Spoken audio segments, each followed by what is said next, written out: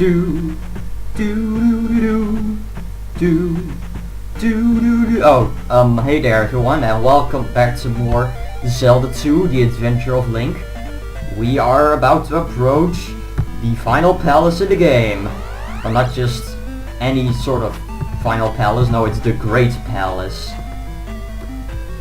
And you just saw big giant gates opening right there. Well, if you didn't put the 6 crystals in the 6 previous palaces, you would not be able to go in here. The gate would just not open.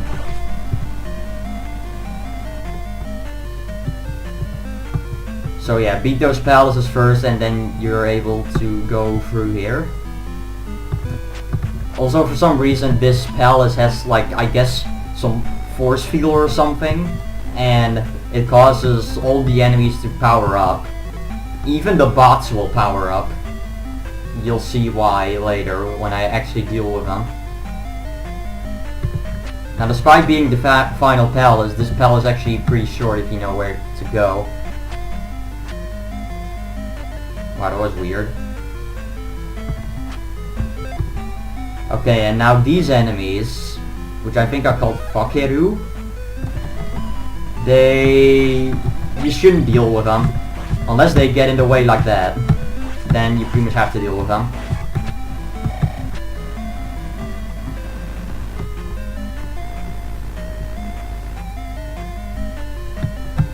And then there's also actually a powered up version of the Iron Knuckle, which is way worse than what we faced before. So, yeah, happy times for everyone.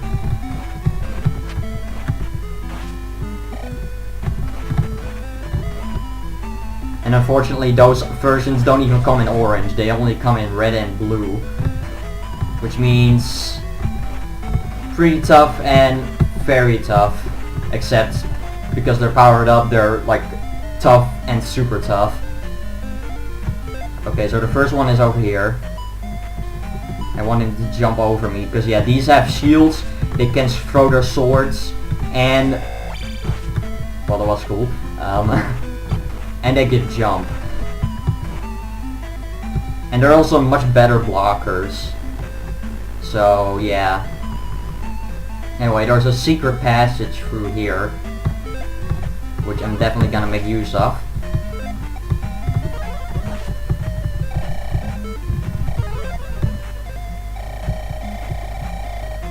Now there are actually 4 of these rooms where you go down an elevator and get to a two-way intersection like this.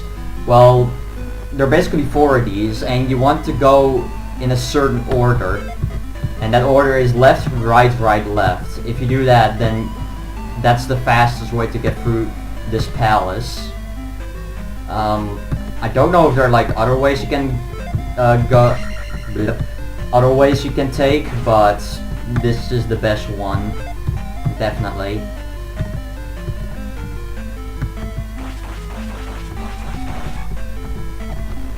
Okay, that statue actually has another red jar. Or that. Never mind, I lied. I lied again. Okay, there we go. Yeah, I don't grab it right away, because otherwise those flying enemies will come at me, and apparently here they don't appear right away. So, that was the plan. Okay, now I'm gonna take. You can see these bots take. They take 3 hits now, as opposed to. Well, they took like what, like 1 hit with level 2 attack. Well, now they take 3 with 7. Okay, now this blue one, this blue powered up Iron Knuckle, is extremely tough, and there's pretty much no way of fighting it except to stand on a 4 block high platform, duck, and stab. That's the only way to fight this guy without getting beaten up heavily.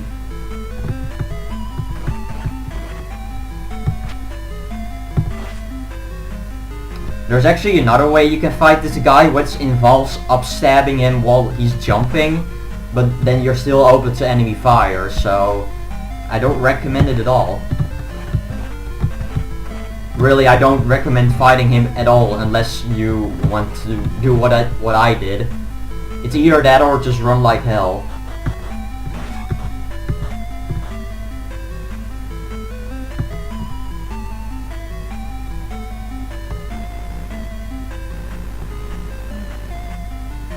Okay, so here we're going to see a big bubble. Yeah, they get bigger. What's actually kind of funny is that that bubble has the same hitbox as a small one, which makes no sense. And that's a bad spawn. Yeah, let's try that again. If he jumps right away, he will just jump right into you. And that's not what I want. Okay, there we go. This one I'm just gonna avoid and just run like hell, because yeah, he will actually come after you even when you're way off screen. He will just come after you, even though I was lucky that time. Okay, so if you go this way, there's a 1-up goal. It is actually kind of risky, but fortunately they will usually just jump in a pit, as you see right here. Yeah, they're being very cooperative. I mean, it's a little bit out of the way, but it's worth it. As long as you know how to go through this area. Pretty much if these bots actually hit the edge of the platform, they will pretty much just shoot into the lava like that. And then on this side, there's a ferry. This one I think is actually riskier because you're at the risk at just down-stabbing yourself into the lava. But hey, I won it, so at least now I'm full on everything and I have an extra life, so I'm one more life away from game over. From a game over. Wow, okay, that was pretty special. Okay, then from here, the 5th block on the left, you can fall through. And the 6th one as well. And boom! Yeah, that's called a boss spot, and that's pretty much the prime spot for upstab. Also, these guys take like 6 hits instead of 3. So it's like these have even more insane amounts of life. I honestly wouldn't be surprised if they took more hits than a bubble. Or as many hits. And now you want to fall down here. Which actually brings you to a room that's pretty much the same. Okay, there's actually a red jar on the left there. But I'm not gonna go for it just yet. Now, we're going to fight Thunderbird, where we will need the Thunder spell, because that's the way to make this boss vulnerable. Now, people like to use the jump spell here, but I really think it's as much as a hindrance as a help. Because when you're able to jump high, it makes it more likely that you'll jump into a fireball. Now, this guy is incredibly powerful. If you do not use the shield spell, he does, with life 8, 2.5 bars, which is still 1 bar and 1/4 with the shield spell. Oh yeah, and when he gets down to half life, he starts getting really aggressive and spreads his fireballs a lot more. Which, at that point, I just want to kill him as fast as possible because... yeah. Whew. I could easily die in that fight too.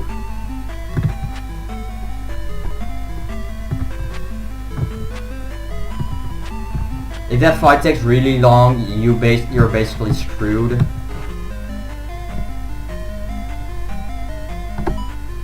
Also, that was the final boss, so why you're thinking like, wait, why are you going back to get magic? Well, there's one more obstacle in the way, because, spoiler alert, that was not the real final boss.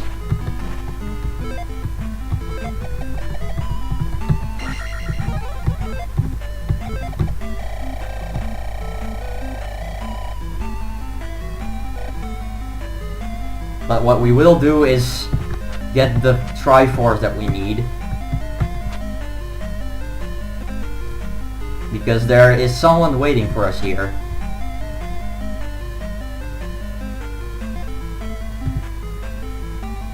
It's another old man, and he has the Triforce for some reason. But wait. And now this is Link's shadow, and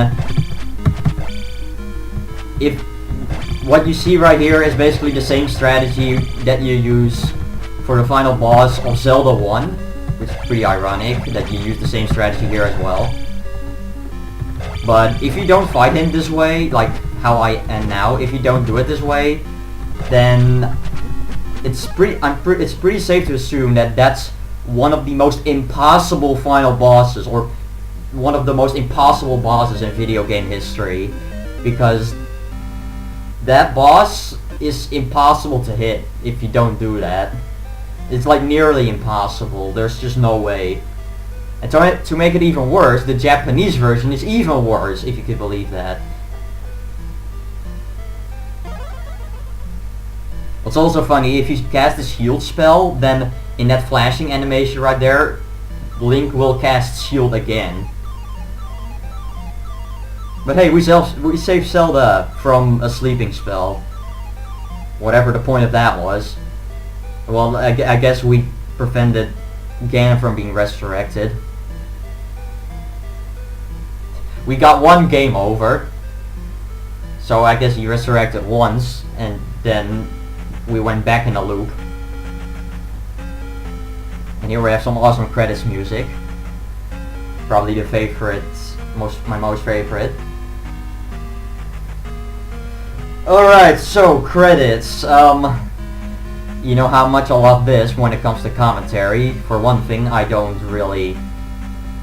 not really prepared for anything, so I will be trying to show off one more thing, which is like a major glitch, which I can abuse heavily, which I want to dedicate a whole video about. The only problem is what I'm trying to do, or what I'm planning to do, is incredibly difficult, not because it's like I die easily or something, but it's something on the technical part. So I just need to know my way around, which seems kind of silly, because it's like, well, you just play through the entire game. What is there to not know about the game? You know where everything is, right? Well, the way how I'm going to play the game as far as the glitch goes, well, it's an entirely different game, pretty much. Alright, so if we press start here, it will throw us back into the title screen. And I guess I'll just show real quick here. You see a little Triforce next to my name. That's basically like a new game plus. It's not really as much of a second quest, because it's basically the same game. The only difference is you can see that I still have all my stats. All the level ups that I had, well, I still have those. The only things you don't have, you also still have your spells, as you can see. The only thing you don't have is, well, obviously you have your crystals back, and you don't have your magic containers and heart containers anymore. Now, what I'm planning to do with my show offery glitch video is I'm going to go through this game a little bit, at least until I have everything set up. And I'll do it from this new game plus, just because having high attack and just high magic and everything is just useful. Also, I didn't know that bots were... Well, I did know bots respawn, but I wasn't thinking about it. Alright, so I guess that will be it. This will be the end of the main body of this walkthrough. Hopefully in the next part I can show you how glitchy this game is. As a little, bonus episode, I guess. And I'll see you guys later.